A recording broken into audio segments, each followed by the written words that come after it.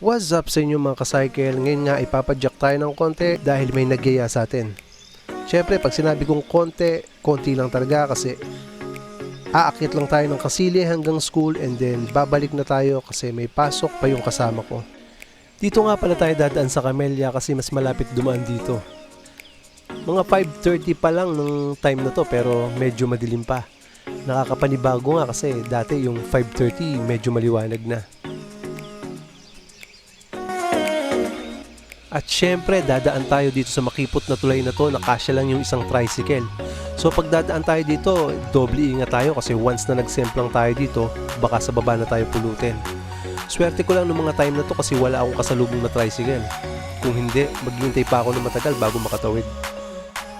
Pagkatawid natin ng tulay, dadaan tayo sa maiksing rough road na to, na sa kabutihang palad ay tuyo siya ngayon at wala siyang putik. So ibig sabihin, hindi ko na kailangan maghugas ng bike pagka uwi. At konting padyak nga lang ay nakarating na ako dito sa circle. So medyo maaga pa, nasa mga alas 6 pa lang kaya magtataho muna ako habang hinihintay yung kasama ko. Tamang higop lang na mainit na taho sa Gedli habang naghihintay. So chinat ko na rin yung kasama ko at kino-confirm kung nasaan na siya. Ang kaso, sumapit yung pinag-usapang oras pero wala pang response mula sa kanya. Kaya solo ride na to. Okay lang naman sa akin kasi wala naman problema kasi baka mamaya meron naman talagang valid reason kung bakit hindi siya nakasipot. Ika nga marami pa namang next time. Bawi na lang next time. At konting padyak nga lang ay narating ko na tong Marcos Climb. So dito na magsisimula yung aking kalbaryo. So dahil 2 weeks nga ako na walang ensayo at walang matinong ride. Ibig sabihin ko sa walang matinong ride, wala akong ride na lumalagpas ng 20 kilometers.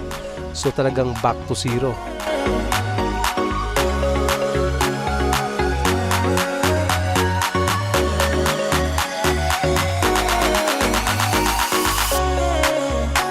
So tinayuan ko na siya pero parang lalo ako nalaspag sa ginawa ko. Kaya upo na lang ulit.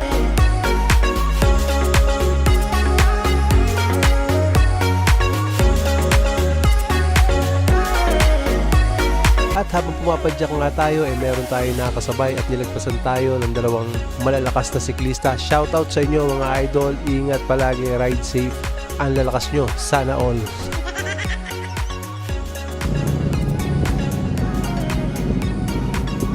Hindi ako didiretso yung school. Kakain na ako. At dahil nga ang bilis kong nalaspag ay nagdesisyon na ako na hindi na ako dediretso sa school. So aakyat lang ako ng Kambal Ahon tapos diretso kina Mami Tess tsaka Lalamon.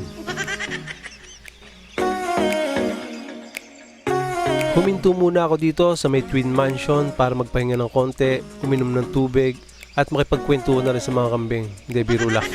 At pagkatapos kong magpahinga, magmuni-muni at makipagkwentuhan sa kambing ay tinaha ko na tong rough road na to na napakahirap ahunin pero napakasarap lusungin.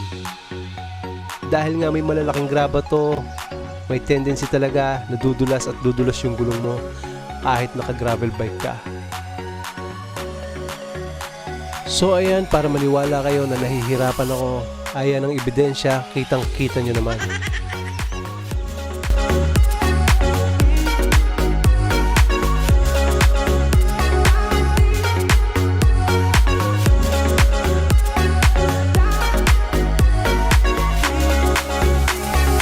At pagkatapos nga na makunat-kunat na padyakan ay narating ko na ang paanan ng Kambal Ahon.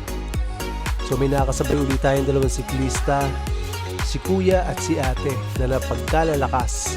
So shoutout sa inyo mga idol, ang lalakas nyo, so sana all ulit. So silang dalawa ay nawala na sa paningin ko bago pa lang ako makarating sa tuktok ng Kambal Ahon. So ganun talaga ako nahirapan. So sa mga hindi nakakaalam, ako po ay dati na nagbabike pero 5 taon po akong tumigil dahil sa personal na dahilan.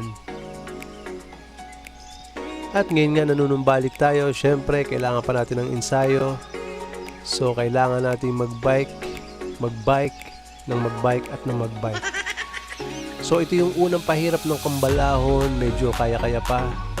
Yung pangalawang ahon, kaya din naman, pero talagang laspag na ako. Kaya ang iniisip ko na lang talaga ay yung masarap na lutong bangus ni Mami Tess. At yung aldi kapeng barako.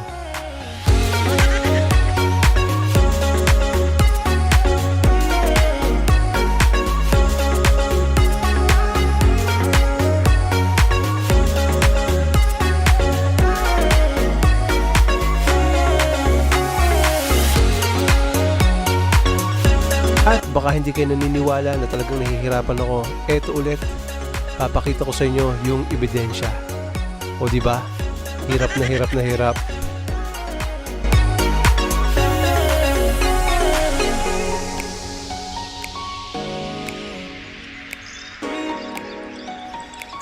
Ito yung mga time na iniisip mo kung bakit mo nga ba ginagawa yung mga ganitong bagay na nagpapahirap sa'yo. Pero tinutuloy mo pa rin dahil alam mo na may magandang benepisyo sa'yo.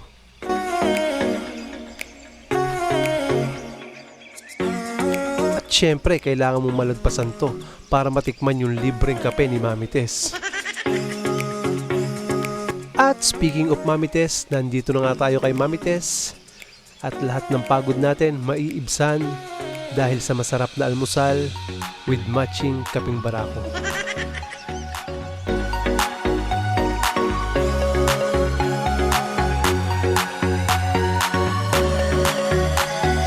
At ito nga yung in-order ko kay Mami Tess, boneless bangus.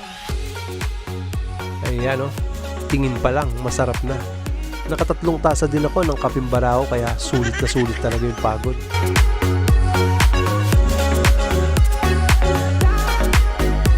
At syempre, pagkatapos natin kumain, ay umuwi na rin agad tayo. So, palusong na tayo, kaya sulit na sulit yung pagod natin kanina pag-ahon. So, ito yung sinasabi ko sa inyo na masarap lusungin. Kita nyo naman, oh. Enjoy na enjoy ako dyan pagpalusong. Talagang napasabak si gravel grinder. So, hanggang dito na lang mga ka-cycle. Kung umabot ka sa part ng video na to, please like, comment, and share. Kung hindi ka pa naka-follow, please follow my Facebook page. Thank you, ride safe, and kita-kits sa daan.